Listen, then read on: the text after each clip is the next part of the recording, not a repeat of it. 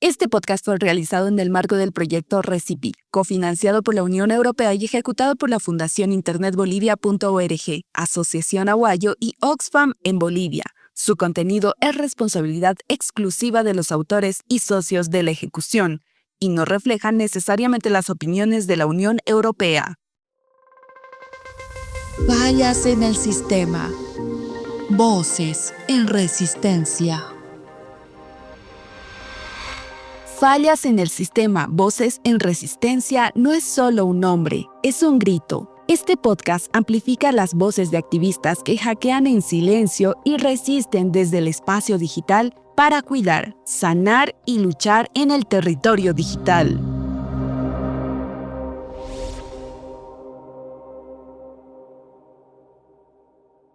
Episodio 9. Redes que sostienen. Construir lo común en la Internet.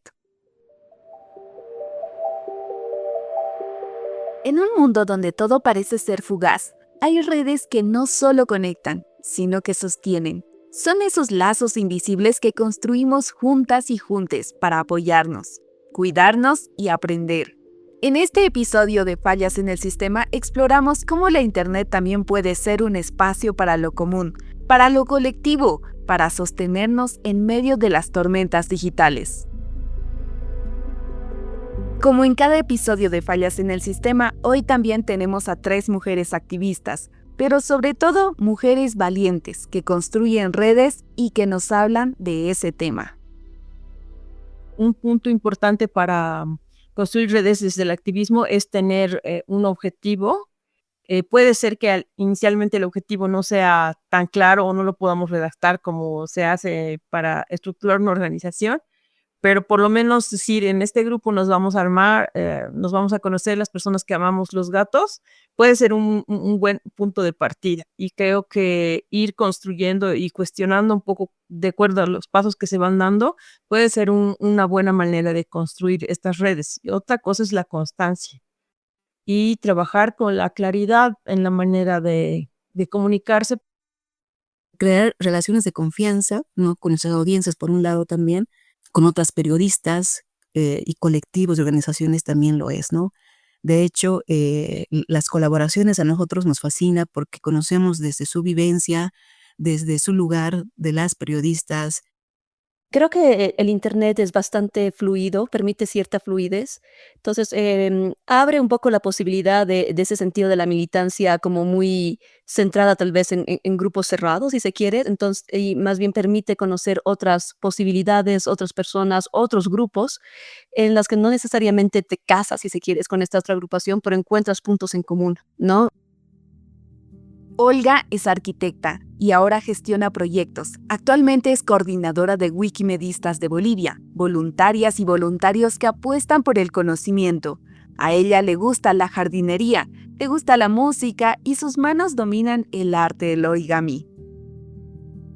La segunda compañera es Alejandra Cuevas, periodista de la revista digital La Brava. Le gusta viajar, cocinar, leer, el cine y las redes sociales, investigando temas que le interesan. Y Narayani Rivera es la tercera invitada, es psicóloga, es parte del equipo Centro SOS. Le gusta dibujar, pinta de manera amateur, es vegetariana y le encantan los animales.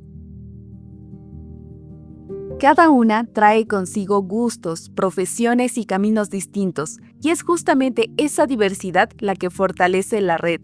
Cada aporte desde su propio extremo la nutre, la enriquece y la hace más sólida.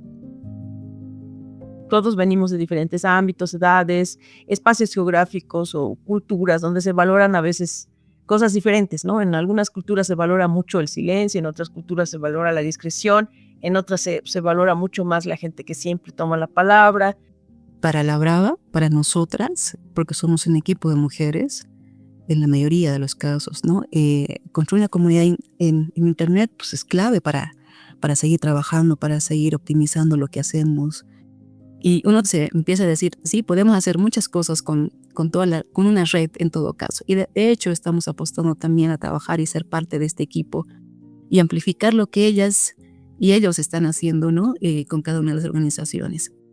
y crear con otras agrupaciones, a veces del mismo país, otras veces de otros países, donde se reconoce que hay necesidades similares o que hay intereses similares o que hay, en último caso, enemigos similares, ¿no? Y desde esta forma se va fortaleciendo también el activismo, uno por un lado, donde no te sientes tan sola, te sabes acompañada, ya no solamente por tus compas cercanas, digamos, del grupo, sino por otros grupos más en los que tendrás puntos de encuentro y tal vez algunos incluso de desencuentro, pero que al final de cuentas se generan diálogos. En los últimos años hemos sido testigos de cómo mujeres de diversas partes del mundo se han unido para transformar el dolor en fuerza colectiva. Movimientos como Ni Una Menos, Me Too, Time's Up han logrado visibilizar que las experiencias de violencia, acoso y discriminación no son casos aislados, sino expresiones de una problemática estructural que nos afecta a todas. Estas redes han permitido que nuestras voces se entrelacen, que nuestras historias se compartan sin miedo y que nuestras luchas se fortalezcan mutuamente. Desde las movilizaciones en las calles hasta el uso del hashtag, hemos aprendido que la sororidad es una herramienta poderosa para exigir justicia, respeto y derecho. Hoy sabemos que no estamos solas, que podemos ser nosotras mismas sin filtros ni máscaras, y que juntas podemos construir un futuro más equitativo y libre de violencia. Se enmarca en un diálogo mucho más amplio, a veces nuevamente nacional, otras veces que trasciende fronteras nacionales, pero también de conocer qué es lo que se está haciendo en otros espacios, qué es lo que se está pensando en otros espacios. Y en ese sentido yo creo que el activismo se nutre mucho en estas redes que son de alguna manera más accesibles o son aperturadas por el espacio digital. Yo creo que como que es necesario que las personas vean que lo que se está moviendo en estos espacios digitales están muy relacionados con las vivencias personales, ¿no? Entonces, que no es algo únicamente teórico, que no es algo únicamente discursivo, sino que habla de aspectos que nos tocan porque hablan sobre nuestras vidas y sobre lo que nosotros vivimos en el espacio, tanto digital como fuera del espacio digital. Entonces, para esas actividades que serían a veces socializar, construir redes, debatir, tomarse un café o tomarse una cerveza para charlar sobre lo que nos mueve, lo que nos interesa, o lo que nos duele, o lo que nos desafía, ese espacio lo ha tomado en algunos casos. Pienso que Bolivia es un gran cultivo para ideas, porque estos desafíos hacen que las personas quieran sobreponerse y desarrollen estrategias, pero pienso que falta una red general mucho más sostenida que trabaje por garantizar los derechos básicos de las personas en Internet, pero también en el día a día. Y creo que eso va a ir paralelamente a cómo se construyen las redes activistas. Conocí a las defensoras digitales, ¿no? Que es el grupo que estuvo detrás de la Ley Olimpia, ¿no? Entonces me conecté con ellas, pude hablar con algunas de ellas y enterarme más, investigar más de la temática. Y de regreso a Bolivia, lo mismo, empecé a buscar qué es lo que se estaba haciendo aquí en Bolivia y conocí a la Fundación Internet Bolivia, el Centro de SOS Digital. Me quedé con esta idea de que hay algo que se debe hacer. Cuando yo me di cuenta, digamos, de este fenómeno y empecé a investigar, fue muy interesante darme cuenta que ya se estaba trabajando mucho al respecto y que yo antes de eso no lo sabía. En primer lugar, nuevamente las defensoras digitales, Marcela Europa específicamente, que fue la persona con la que me contacté, y darme cuenta de todo el trabajo que habían hecho y decir, yo también quiero ser parte de esto y también quiero apoyar, y específicamente ver cómo apoyar en mi país, ¿no? Donde por el momento aún no hay normativa, ¿no? En general, también las personas que promovían o que participaban de los espacios digitales hace unos 10 años en Bolivia, o un poco más tal vez, eran principalmente hombres, ¿no? Entonces, la comprensión sobre por qué o qué desafíos extra enfrentaban las mujeres en Internet, creo que no estaba muy desarrollado y se hacían un montón de chistes sobre lo que significaba esa idea, ¿no? Y aunque yo seguramente no dije demasiado en su momento, el hecho de que una persona esté planteando eso, de ese espacio que nos es común y que creemos que sabemos leer, nos permite establecer otras redes. Y creo que ese ejemplo, el de las editatonas en su momento me inspiró mucho, y en general los proyectos que se desarrollaban en Wiki, porque me di cuenta que había gente como de verdad de todas partes del mundo editando un mismo tema del que a veces no conocía más que la información que podían encontrar en Internet, no sé, geografía de Bolivia, etcétera. Había gente de todo el mundo escribiendo al respecto. Solo para darte el contexto, Wikimedia desde el 2007 lleva a Wikipedia las voces, historias y saberes de nuestras comunidades en castellano y en lenguas originarias, convirtiéndola en un espacio vivo de memoria y diversidad. Los distintos proyectos, colectivos y organizaciones tejen lazos y suman voluntades de personas con intereses y experiencias diversas, que aportan desde lo que saben y pueden. Así se construye una red que crece y se fortalece con cada conexión, contribuyendo a la resistencia colectiva, como nos explica Narayani. Creo que es algo bonito de esta idea, digamos, de estos tejidos en red digitales que nuevamente pueden ser fluidos, que no necesariamente requieren una estructura, digamos, tan desarrollada, si se quiere, no va mutando, se va moviendo. Y no necesita decir como que, ok, estas son las presidentas, estas son las personas de aquí, estos son los cargos, sino que simplemente se va articulando y moviendo, digamos, por la misma naturaleza, si se quiere, del Internet, ¿no? Entonces, pero que era necesario que se haga en colectividad. Yo creo que hay algo bonito aquí en Bolivia, que tal vez es un poquitito menos descentralizado, como el caso de Ley Olimpia, pero que va del lado de que me parece que las mismas colectivas o las mismas personas de las diferentes colectivas se conocen entre sí y han trabajado varias veces, ¿no? Entonces tal vez no hay un nombre específico que las agrupe a todas, o tal vez más allá del tema feminista, digamos, como una categoría muy, muy amplia. Así como Narayani reconoce las redes que se tejen en las diversas colectivas, Alejandra recuerda mucho un reportaje en el que tuvo que conversar y entender la situación en la que estuvo una concejala de Irupana, quien vivió acoso, burla y amedrentamiento para no dejarla hacer su trabajo. Cuando uno charla con una mujer, y te empieza a contar, ¿no? Entonces, para nosotros, al menos para mí, una charla es cuando aparecen datos importantes, ¿no? Y una de ellas fue de una autoridad concejala en Irupana, y era una de las primeras veces que ya habíamos abordado este tema. Y era como la fotografía de ella circulaba en las redes sociales de la plaza de Irupana, y era una foto montada con otra persona, con un varón. Y es que el tema de violencia, por ejemplo, es una constante en la mayoría de las autoridades mujeres. Y es lo que nos llamaba la atención. Y fue uno de los temas que abordamos en La Brava, ¿no? Y esta mujer decía, por ejemplo, esta fuente decía, sí, no me dejan gobernar, o mejor dicho, no me dejan actuar, no me dejan participar, ¿no? Actualmente ella es una mujer reempoderada, ¿no? Como autoridad, ella exigió el resarcimiento o la aclaración en este caso.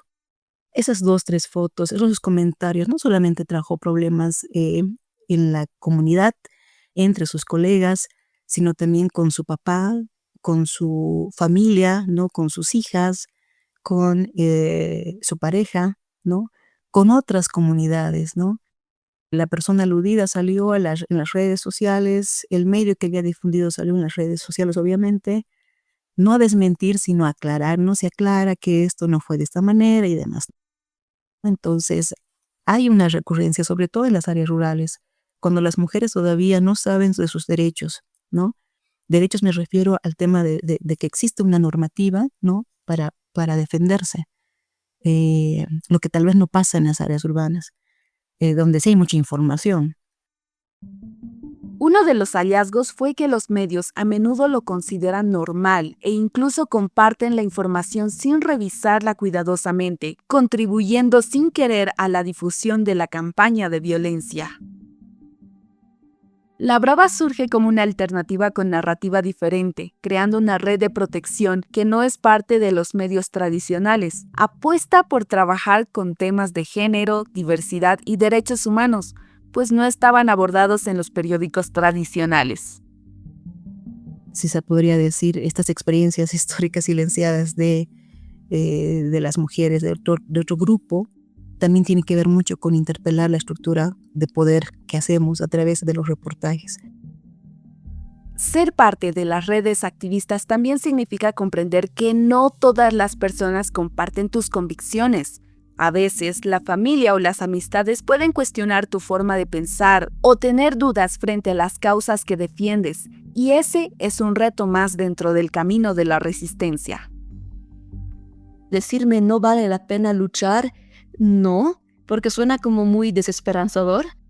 En ambientes cercanos, digamos algunos incluso familiares, si se quiere, tenemos distintas posturas, ¿no? Solo sé que, digamos, en mi caso, hablo con las personas, expreso lo que pienso, lo que siento, con cuidado de no pelearnos y sacarnos, digamos, la cabeza en estos espacios tal vez más familiares, ¿no? Los discursos reaccionarios están siendo más fuertes desde mi perspectiva y se siente como que si había un momento en el que parecía que había un crecimiento del movimiento que estábamos llegando, ahorita está más bien siendo como otra vez empujado, orillado o señalado. Y da frustración.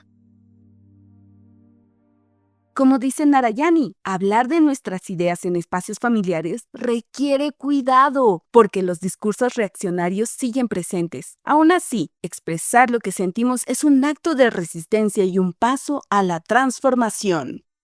Y algunas veces la transformación nace de una crisis extrema, como le ocurrió a Alejandra el 2020, un año muy delicado, que sin embargo la motivó a unirse al equipo de La Brava. Y era enviar notas cada momento en todo caso, ¿no? Para alimentar lo que es la web, lo que es el periódico impreso. Y eran meses, o sea, no eran un par de semanas, marzo, abril, mayo, junio. Creo que una vez a la semana salías, si comprabas cosas, obviamente, ¿no? Que yo no quería, por ejemplo, ir a la casa de mi papá porque obviamente era peligroso, ¿no? Hasta que esto se amplió y fue ya meses. Y bueno, decidí, y era insoportable la situación, así que decidí vivir con mis papás. Y en el momento ese, pues, fue situación un poco, pues, delicada, ¿no? Porque después de eso nos contagiamos todos en casa, de mis papás, mi papá, mi mamá, mis hermanos. Creo que la única que se salvó fue una hermana que era enfermera, y ella fue la que nos cuidó. Claro, vives en el encierro, no tienes trabajo, y después pasa eso y dices, no, es como volver a respirar cuando sabes que tienes una oportunidad. Y, y creo que fue eso. Vuelves a respirar y dices, no, tengo que seguir, ¿no? Entonces creo que eso fue lo que marcó eso. Fueron días muy, muy delicados. El 2020 creo que para muchos y para mí también existió, ¿no? Entonces uno quiere borrar porque estás a punto de perder la familia, perdiste el trabajo y después dices, bueno, tengo que volver, tengo que acomodarme, ¿no?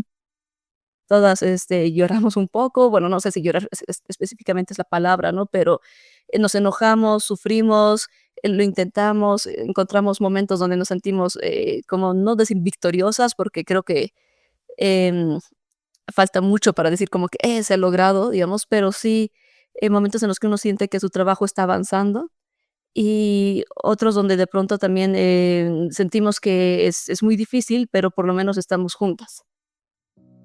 Despidos masivos en el sector.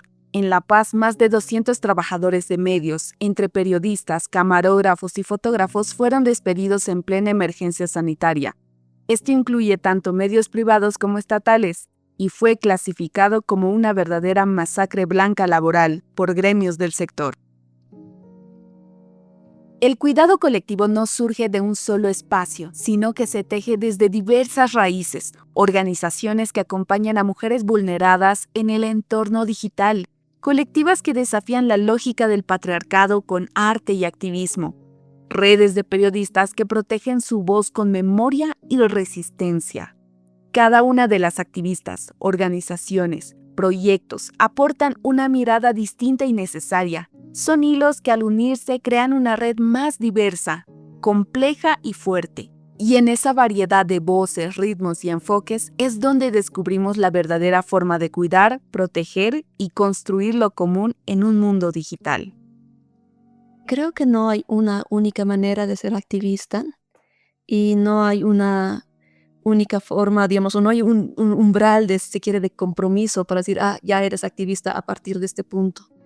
Entonces yo les diría a las mujeres, a las adolescentes, a las mujeres jóvenes y mayores que de pronto han tenido algún contacto con este contenido, que no tengan miedo, ¿no? Que no sientan que al involucrarse con este tipo de contenido automáticamente están dentro de un club, por así decirlo.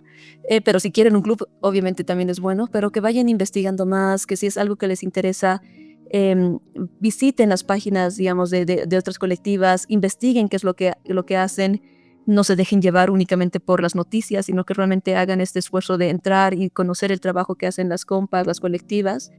El mejor consejo es la apertura.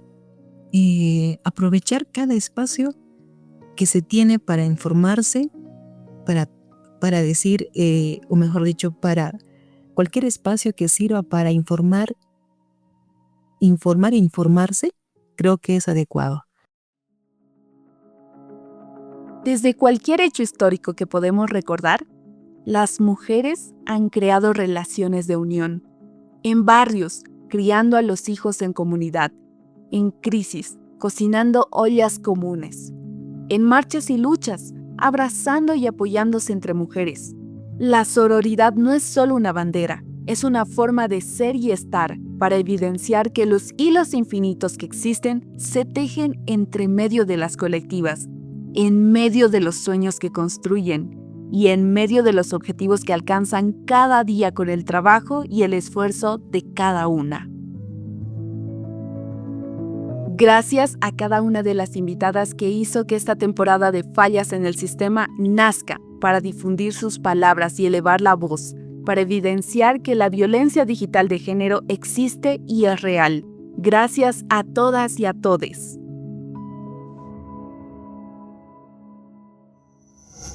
Es una producción de la agencia Avanti.